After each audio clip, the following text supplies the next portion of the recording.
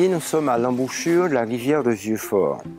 Nous sommes confrontés à un problème de connexion entre la mer et la retenue d'eau que nous avons. Anciennement, il y avait une connexion qui était naturelle.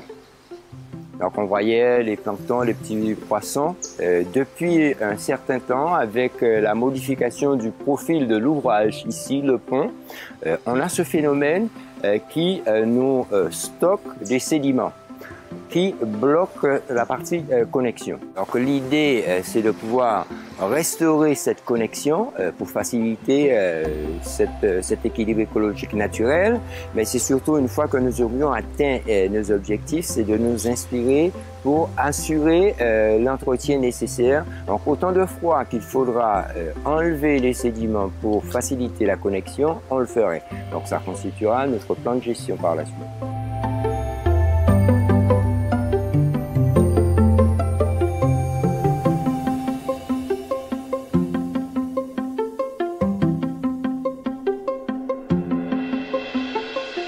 La liane abarique, qui est une espèce endémique envahissante.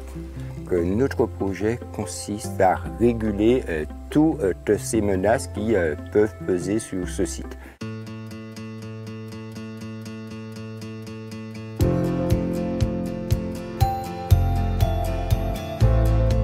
Les administrés peuvent bénéficier de la réhabilitation des mares sur le terrain privé et nous sommes accompagnés de la région pour la réhabilitation des mares sur les secteurs publics.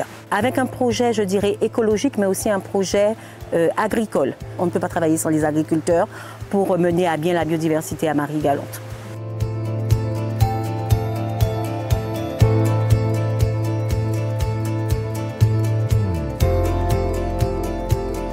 L'idée, c'est de pouvoir faire prendre conscience de l'intérêt de la préservation du vivant et pouvoir accompagner ce territoire à mieux occuper les sols et donner des éléments aux décideurs, aux élus pour structurer leurs plans locaux d'urbanisme et faire en sorte que cet atlas de la biodiversité de Marie-Galante soit une véritable carte de visite du territoire montrant toute sa beauté, toute sa biodiversité et sa fragilité surtout.